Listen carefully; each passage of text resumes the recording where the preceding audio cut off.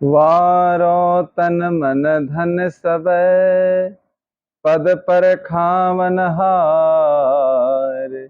अयुग अनंत जो पचिमुए बिन गुरु नहीं निस्तार। गुरु के सुमिरण मात्र से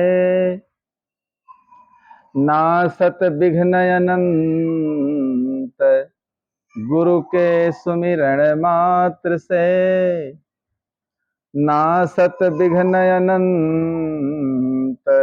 ताते सर्वारंभ में अध्यावत हैं सब संत। ताते सर्वारंभ में ध्यावत हैं सब संत। सतसंग की गंगा बहती है। संग की गंगा गुरुदेव तुम्हारे चरणों में।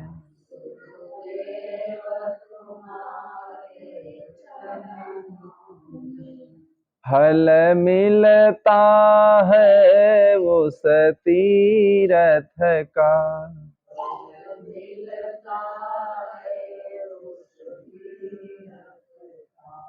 कल्याण तुम्हारे चरणों में।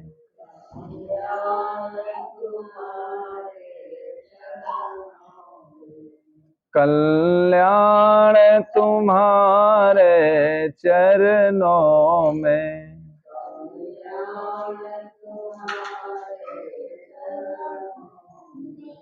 मैं जन्म जन्म भर माया हूँ।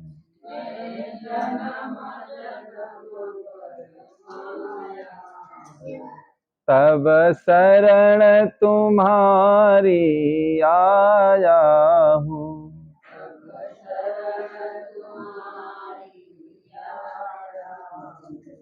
इन भूल भटके जीवों का।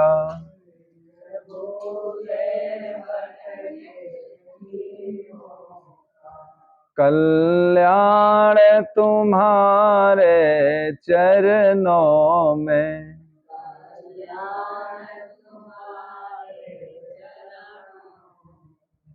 सतसंग की गंगा बहती है।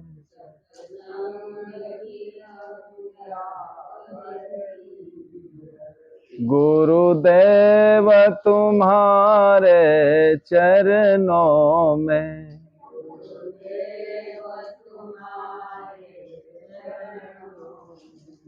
फल मिलता है उस तीरथ का।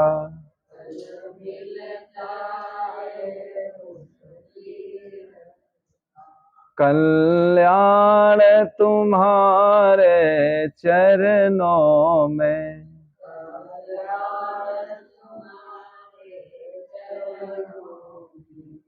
दुखियों का दुख मिटाते हो।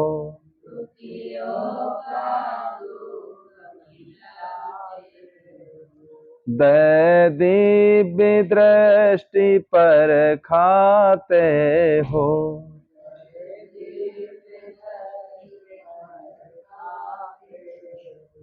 तब आवागमन मिटाते हो।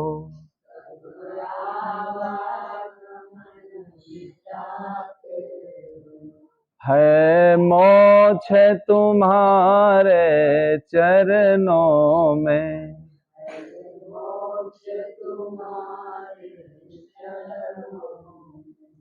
सतसंग की गंगा बहती है।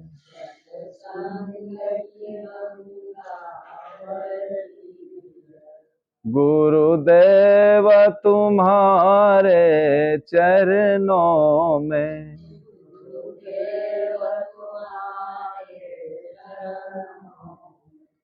फल मिलता है उस तीर्थ का,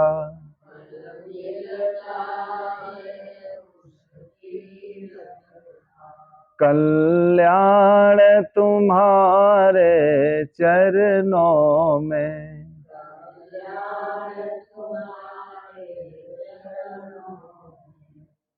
कल्याण तुम्हारे चरणों में, कल्याण।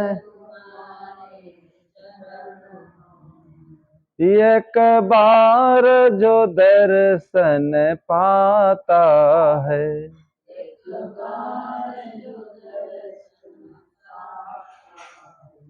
वह आप ही का हो जाता है।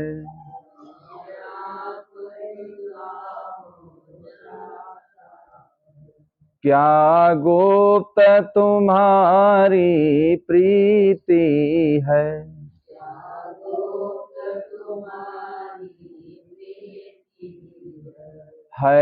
धन्य तुम्हारे चरणों में,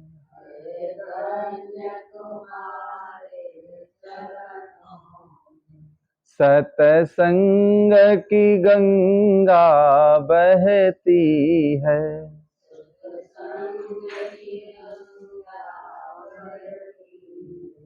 गुरुदेव तुम्हारे चरणों में,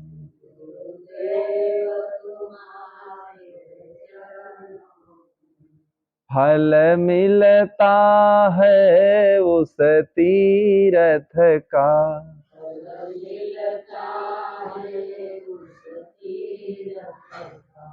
कल्याण तुम्हारे चरणों में, कल्याण तुम्हारे, जन्मों का भूला शरण पड़ा,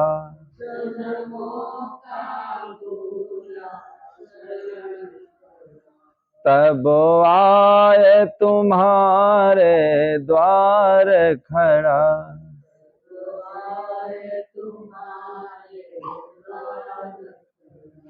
काटो सकलो बंधन मेरा,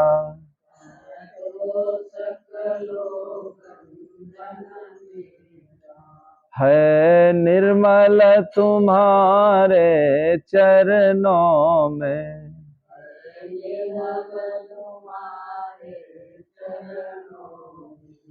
सतसंग की गंगा बहती है,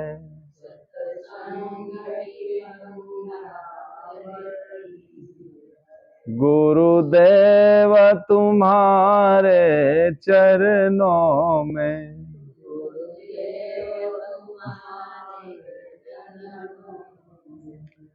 फल मिलता है उस तीर्थ का,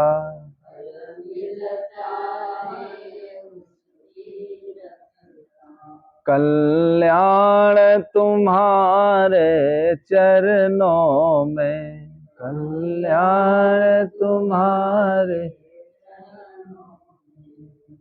सद्गुरुदेव की।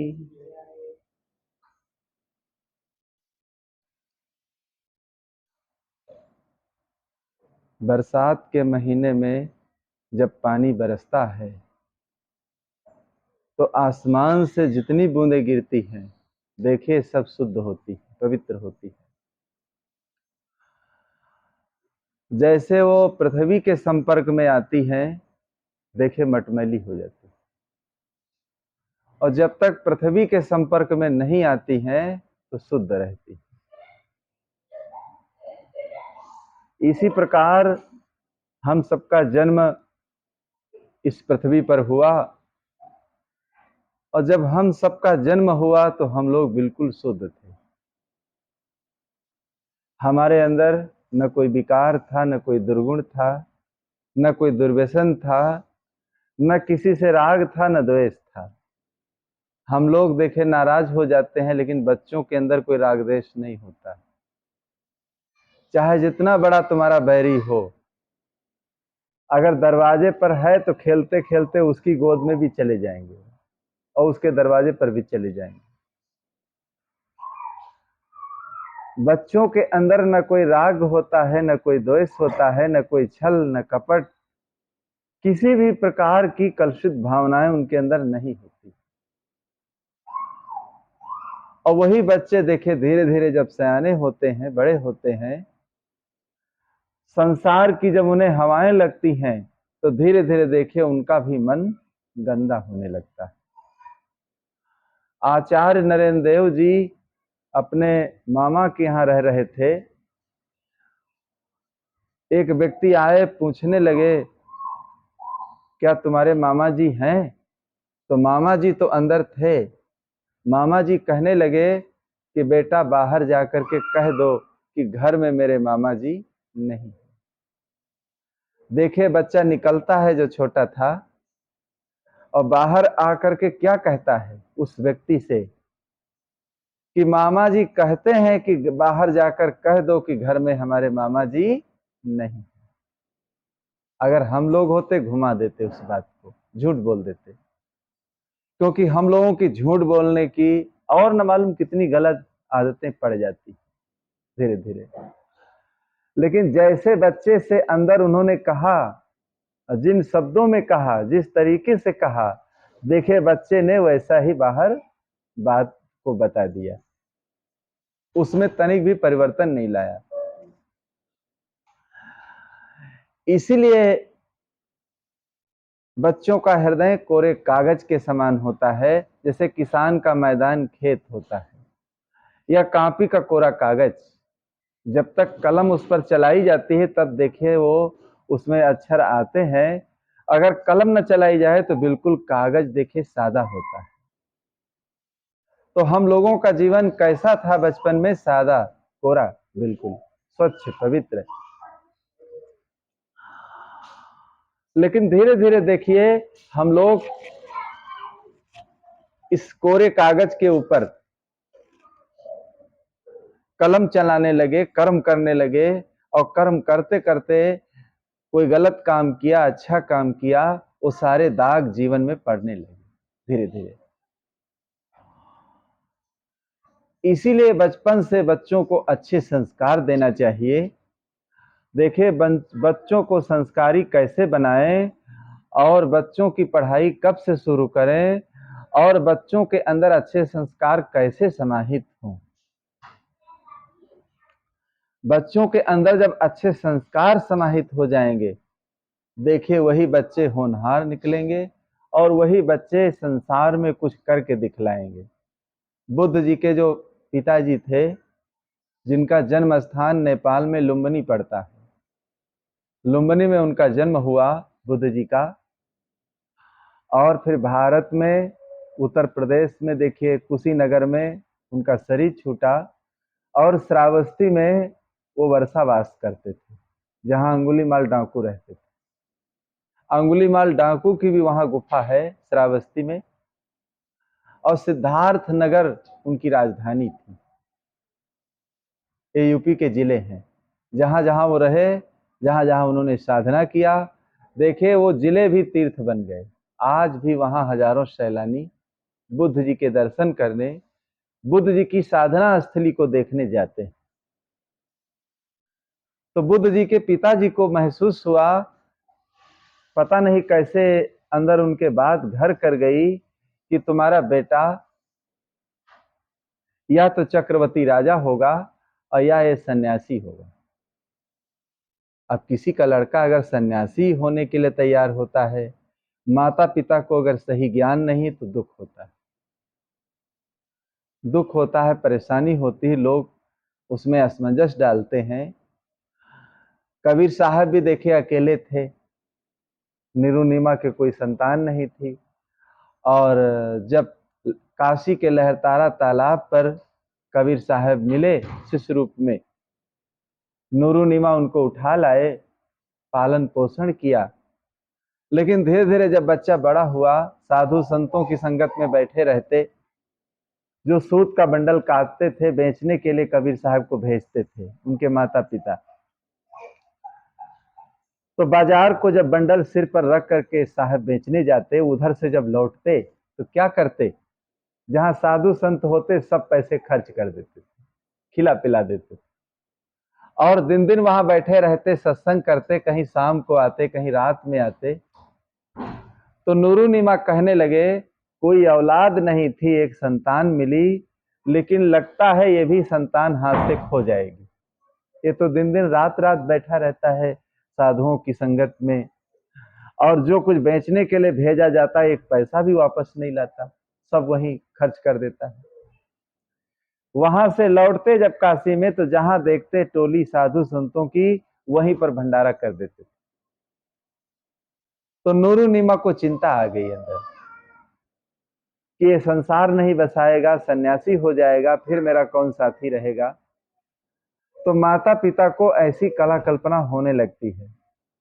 बुद्ध जी के पिता को भी देखे ऐसी ही कला कल्पना होने लगी, अगर सन्यासी बनेगा तो ये संसार का तरण तारण बन जाएगा, खुद तरेगा और संसार का उद्धार भी करेगा। देखिए बुद्ध जी का विदेशों में बहुत प्रचार प्रसार है, भारत में तो कम है, लेकिन विदेशों में चले जाइए बौद्ध धर्म का बहुत प्रचार प्रसार है। ये सब जितने भिक्षु थे, देखिए रोज उनका काम ही था पात्र लेकर के मांगने जाते थे। इतने शिष्य थे बुद्ध जी के, लेकिन फिर भी वो पात्र को लेकर के किसी के दरवाजे पर जाते थे। ऐसा नहीं कि कोई हमारे लिए मांग लाए तो हम खाएं। देखे मांगना भी बहुत बड़ी बात है, हर आदमी मांग नहीं सकता। लोग कहते भी हैं कि हम भूखे रहेंगे, लेकिन हम मांग नहीं सकते। देखिए कोई अभिमान जब तुम्हारे अंदर नहीं होगा, तभी किसी के दरवाजे मांगने के लिए व्यक्ति जा पाएगा।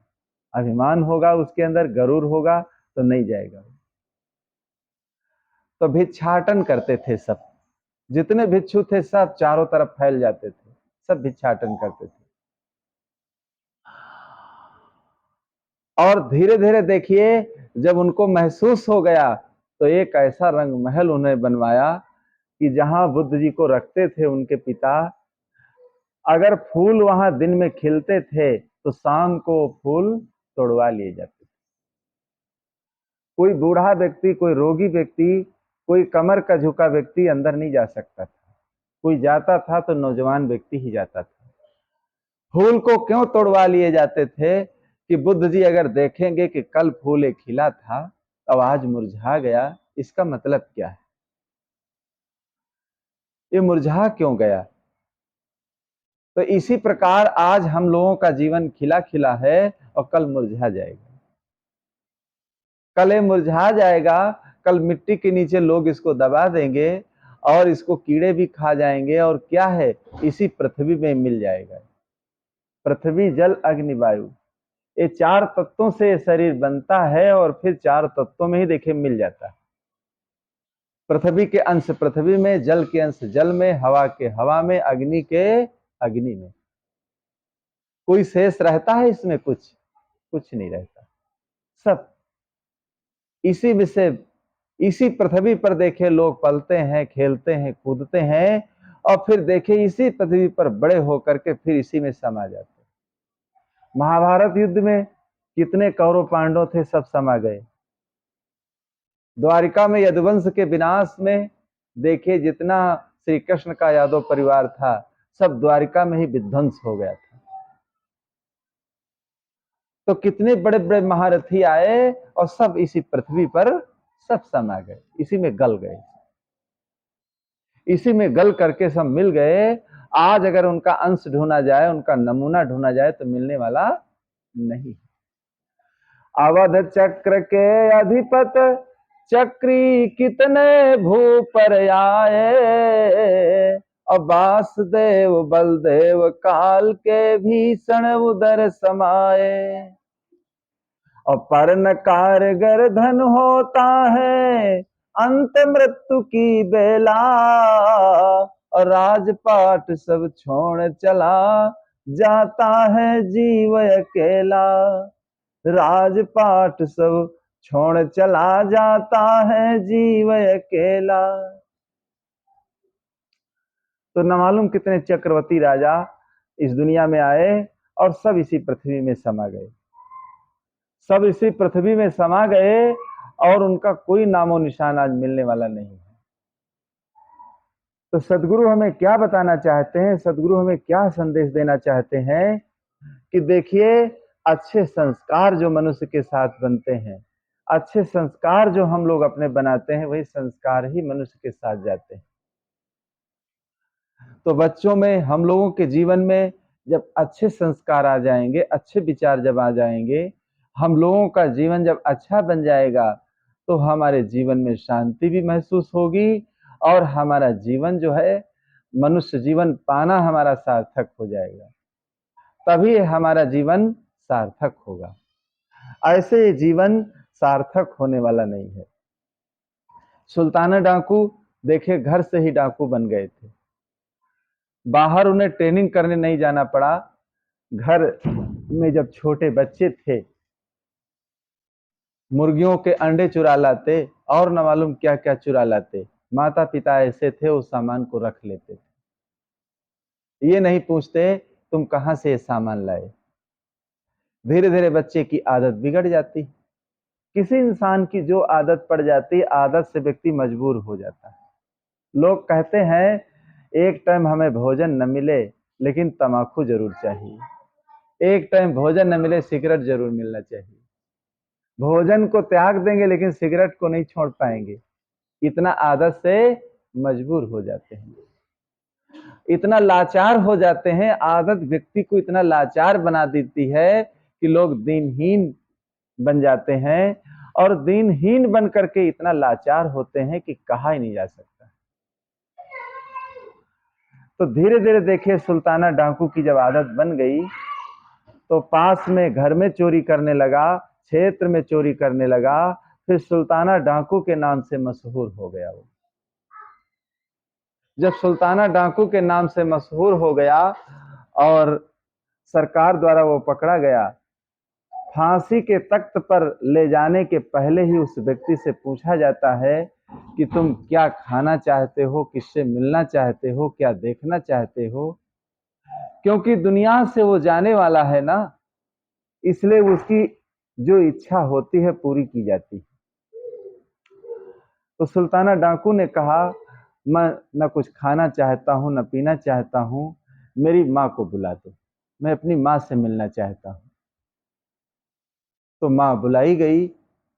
देखिए, बच्चा चाहे बूढ़ा हो जाए, चाहे डाकू बन जाए, चाहे जेल में बंद हो, अगर माँ जीवित है तो बच्चा, देखिए, माँ के लिए वो बच्चा ही है।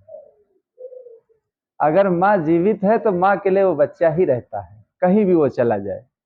और माँ की इतनी करुणा होती है, कहीं भी अगर बच्चा है तो वो पहुंच जाएगी, उसको कोई रोक भी नहीं सकता है। तो माँ को जब संदेश मिला कि आज फांसी के तख्त पर मेरा पुत्र झुला दिया जाएगा, तो तुरंत वो आई संदेश सुन करके। और जब आई सामने, तो उसकी आंखों में आंसुओं की धारा बहने लगी और बच्चे को देखे मारे मोह के लिपट गई, लिपट करके रोने लगी। देखिए, बहुत प्रेम और भाव जब होता है अगाध, तो व्यक्ति जब मिलता है या बिछुड़ता है, तो देखिए हाव भाव में लोग गले मिल जाते हैं, आंखों में आंसू आ जाते हैं। भरत से राम जब 14 बरस के बाद मिले अयोध्या में, तो इतना भाव विभोर हो गए कि दोनों भाई गले से लिपट गए, गले से लिपट गए, इतना आंखों में आंसू आ गए मारे प्रेम के। तो इसी प्रकार बहुत अगाध जहां भाव होता है, तो व्यक्ति वहां रह नहीं पाता है। इसीलिए रामायण में लिखा है कि मिलत कदा ऋण दुख देहि, मिलत कदा ऋण दुख देहि, और बिछुड़त क प्राण हरि लेहि, बिछुड़त क प्राण हरि लेहि। एक वो इंसान है जो कभी मिल जाते हैं तो दारुण दुख देते हैं, एक वो इंसान है जब मिल करके बिछुड़ने लगते हैं तो दारुण दुख होता है, कष्ट महसूस होता है। अंदर लोगों के अंदर इतना भाव जम जाता है कि लोग निराश हो जाते हैं बिछुड़ने पर। है दोनों इंसान जो मिलने पर दुख देते हैं, बिछुड़ने में जो दुख देते हैं, लेकिन सबके विचार अलग अलग हैं, सबके संस्कार अलग अलग हैं, सबके आदर्श अलग अलग स्थापित हैं संसार में। तो जब मां रोने लगी तो सुल्ताना डाकू ने क्या किया, अपनी मां की नाक काट लिया। तो लोगों ने पूछा, तुम अपराधों पर अपराध कर रहे हो, इतना बड़ा अपराध किया कि फांसी के तख्त पर झूलने जा रहे हो, और अब फिर तुमने इतना बड़ा अपराध कर दिया। तो सुल्ताना डाकू ने कहा, देखिए मैंने अपने माँ की नाक इसलिए काट लिया, देखिए माँ, देखिए बच्चे की प्रथम पाठशाला होती है और माँ की संगत में ही ज्यादातर बच्चा रहता है। पिता तो जैसे दिन भर के बाद शाम को आया, कहीं से नौकरी करके, बिजनेस करके, व्यापार करके, समय समय से मिलते हैं वो लोग। लेकिन घर में जो माताएं हैं, उनकी गोद में देखे क्षण क्षण में बच्चा आता है, मिलता है, जुलता है, खाता है, पीता है, खेलता है। तो जैसे संस्कार माँ देगी वैसे बच्चों के अंदर संस्कार समाहित हो जाएंगे। तो सुल्ताना डाकू ने कहा, अगर मेरी माँ अच्छी होती तो आज मैं फांसी के तख्त पर नहीं झूलता। मैं बचपन में जब छोटा था मुर्गियों के अंडे चुरा लाता था, पास में मुर्गियां पली थी, मुसलमान लोगों के घर थे। तो जब मैं निकलता बाहर देखता कि वो लोग घर के अंदर चले गए हैं तो मुर्गियों के अंडे चुरा कर उठा लाता, लेकिन मेरे माता पिता रख करके उबाल करके खा जाते।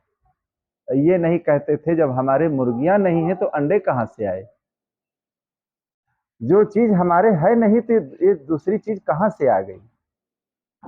अगर डंडी लेकर मुझे मारती और अंडों को वापस करा देती तो बचपन में मेरी आदत छूट जाती। धीरे धीरे मेरी आदत पड़ गई, मैं डाकू बन गया, और डाकू बन करके आज देखिए मैं फांसी के तख्त पर झूलने जा रहा हूं। कितना भी गलत आदमी हो लेकिन कुछ न कुछ तो हर व्यक्ति के अंदर अच्छाइयां होती। सुल्ताना डाकू देखिए उसके अंदर भी अच्छाइयां थी। उसका क्या काम था, वो धनी लोगों को लूटता था, गरीबों की मदद करता। जो बहुत अरब खरबपति होते थे और जानता था कि बहुत अरब खरबपति है, धन पैसे का था ही नहीं उसके पास है, तो उसी के यहाँ डाका डाल देता था। और धन लेकर के जब आता था तो गरीबों की मदद कर देता। जिनके खाने पीने का सहारा नहीं है, परिवार है, लड़कियां हैं, शादी नहीं कर सकते, या और अच्छी जगह पर वही पैसा खर्च कर देता। अब देखिए डकैती भी डालता था, लेकिन डकैती से जो पैसा लाता था उसे धर्म भी करता था, दोनों काम करता था वो। तो कहने का मतलब यह है कि मनुष्य के जीवन में ऐसे ही नाना प्रकार के कुसंग भर जाते हैं, हमारा जीवन कुसंग से ओतप्रोत हो जाता है। और यही देखिए संस्कार, यही आदतें जो हैं मनुष्य को बार बार दुख देती हैं, परेशान करती हैं, पीड़ा देती हैं। इसलिए सदगुरु कहते हैं किसी भी प्रकार की जीवन में आदत नहीं बनाना चाहिए। आदत ही मनुष्य को दुख देती है और आदत के कारण ही मनुष्य देखिए परेशान होता है। अगर आपके कोई आदत नहीं है, कोई किसी भी प्रकार की अगर आदत नहीं है, तो जो मिला है आप खा लेंगे, शांति से रह लेंगे। अगर किसी भी प्रकार की आदत आपने बनाया है तो आदत आपको मजबूर करेगी, आदत परेशान करेगी। आदत के कारण हमसे बहुत लोग पूछते हैं, साहब क्या खाएंगे आप? हम कहते हैं भाई जो बन जाएगा वही खा लेंगे। हम क्या कहें कि हम क्या खाएंगे, हम इच्छा नहीं प्रकट करते हैं हम ये चीज खाएंगे, जो बन गया वही खा लिया। अगर जल गया तब भी खा लिया, जैसा हुआ वैसा खा लिया संतोष करके। तो किसी भी प्रकार की अगर आदत अंदर है तो उस आदत वो बार बार तुम्हें सताएगी, बार बार दुख देगी, बार बार परेशान करेगी। जहां न जाना चाहिए वहां तुम्हें आदत पहुंचा देगी। जो न खाना चाहिए, जहां नहीं पहुंचना चाहिए देखिए आदत के वशीभूत आदमी वहां भागते भागते चला जाता है, चला जाएगा भागते भागते। लखनऊ में एक मलिहाबाद क्षेत्र है उत्तर प्रदेश में, जहां बागवानी है आम की, बहुत पूरे भारत में प्रसिद्धि है। एक से एक आम के बगीचे वहां, और आप 10-10, 20-20 किलोमीटर चले जाइए, बगीचे बगीचे पड़े। हम लोग वहां रहते हैं जब, तो बगीचों में टहलने जाते हैं और आम भी वहीं खाते हैं, जिन भक्तों के यहाँ रहते हैं बागवानी में। तो एक बार टहलने हम जा रहे थे वही बागवानी के पास पास से, और दो व्यक्ति गांजा पी रहे थे, और गांजा पी रहे थे। फिर हमको रोका कि रुकिए महाराज जी, आइए आप भी पीजिए गांजा है। तो हम रुके, और वो पी रहे थे, और पीते पीते इतना अंदर दम उखड़ गई उसकी कि चिलम गिर गई, हाथ से उलट गया। मुझे लगता मर गया ही। मर गया। हम भी डर गए कि अब इसकी जान गई। लेकिन खांसा खांसा ऐसे ऐसे किया, और कुछ देर के बाद 10-20 मिनट के बाद उठ के फिर बैठ, और फिर वही चिलम उठाया। मैंने कहा अभी तुम्हारे प्राण जाने से बचे हैं और फिर चिलम उठा रहे हो। कहें क्या करें महाराज जी, आदत नहीं मानती, अगर नहीं हम पिएंगे तो मर जाएंगे। हमने कहा अरे अलग रख करके देखो, मरोगे नहीं, तुम्हारे अंदर केवल आदत बनी है, अब मरोगे नहीं कि मर जाओगे। लेकिन फिर उठा करके पीने लगा। कहते ऐसे ही मेरा बुढ़ापा जा रहा है, क्या करूं, घर के लोग प्रताड़ित करते हैं कि गंदगी करता है दरवाजे पर, बहुएं भी मुझे डांटती हैं, जिनको नहीं डांटना चाहिए सब डांटते हैं मिल करके। लेकिन इतनी मेरी आदत है, मैं सब सुन लेता हूं, जिसकी गलत आदत है वो सब सुन लेता है और बोलेगा नहीं, और फिर वही करेगा वो। तो आदत ही मनुष्य को दुख देती है, जितनी आदतें ही मनुष्य को परेशान करती हैं। तो इसीलिए सदगुरु की शरण में जा करके सारी आदतों को मिटाने का प्रयत्न करना चाहिए। शिष्य निवेदन करता है कि इतनी आदतें हमारे अंदर हैं, इतना उन आदतों से हमने दुख पाया है, दुखों से अगर चोट खाई न होती, दुखों से अगर चोट खाई न होती, तुम्हारी प्रभु याद आई न होती, तुम्हारी प्रभु याद आई न होती, पथिक जैसे पापी ये कैसे सुधरते, तुम्हारे यहाँ जो सुनाई न होती, तुम्हारे यहाँ जो सुनाई न होती, दुखों से अगर चोट खाई न होती, तुम्हारी प्रभु याद आई न होती। तो न मालूम आदत के वशीभूत हो करके कितना हमने चोट खाया, कितना कहां कहां भटके, क्या क्या जीवन में किया, लेकिन फिर भी ये आदत मनुष्य को मजबूर करती है। किसी भी प्रकार की आदत न बना करके, कोई भी आदत है वो खराब होती है। एक मिलिट्री में नौजवान थे, उनकी आदत कैसी पड़ गई, पांव मिंजवाने की आदत पड़ गई। और वहां मिलिट्री में जहां रहते थे वहां तो लोग मिल जाते थे, अच्छी तनख्वाह थी उनकी, वेतन थी। जब रिटायर होकर के घर में आए तो यहाँ कोई नहीं मिलता था। तो यहाँ गुजरात में जैसे महिलाएं देखिए कपड़ा धोती हैं पीट पीट करके, उससे पाटा से ले करके, ऐसे ही एक पाटा बनवा लिया। जब शाम को सोते थे बिस्तर पर जाते थे तो अपने हाथों पांवों को पीटते थे उसी से, और उसी से पीटते थे, मलते थे, तब उनको नींद आती। और जब तक ना पीटे तब तक नींद नहीं आती। लेकिन हाथ पांव को मलते मलते, उसी से पीटते पीटते खाल कैसी हो गई, जानवर जैसी खाल हो गई। देखिए हाथों पर पांवों पर बार बार जब मारोगे तो एक खाल भी धीरे धीरे जानवर जैसी हो गई। जानवर जैसी खाल हो गई। 1 घंटा वही काम करते, रोज शाम को जब बिस्तर पर जाते तब फिर नींद आती। अब कितनी आदत खराब। अब किस व्यक्ति को समय है, सब अपने अपने काम में लगे रहे दिन भर। अब कौन, किसके पास समय है जो 1 घंटे तक तुम्हारे पांव को दबाए। लेकिन अब आदत थी, आदत बना लिया था। अब ऐसी आदत, जब तक न पांव पीटे जाए तब तक नींद नहीं आती। इधर उधर परेशान होते, पीड़ित होते, फिर अपने हाथों से ही ऐसे ऐसे ऐसे ऐसे उसको उठते थे।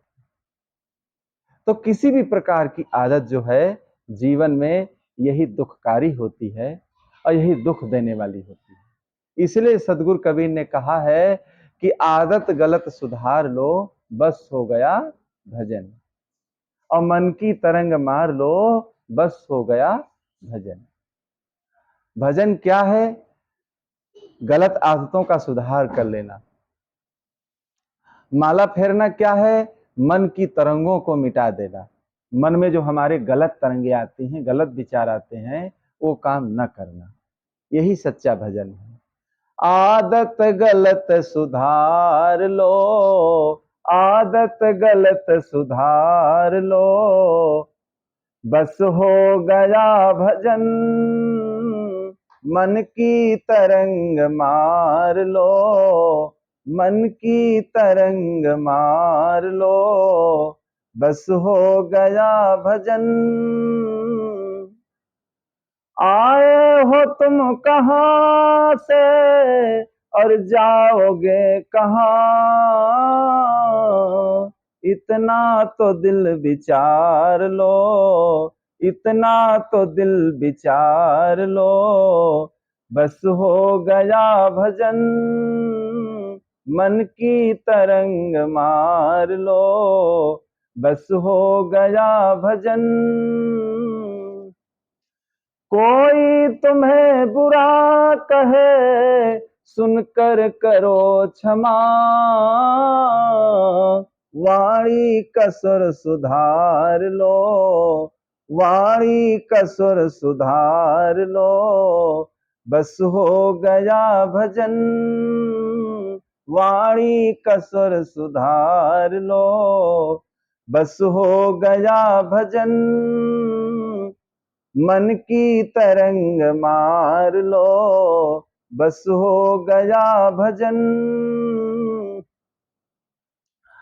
मन की तरंग मार लो, बस हो गया भजन।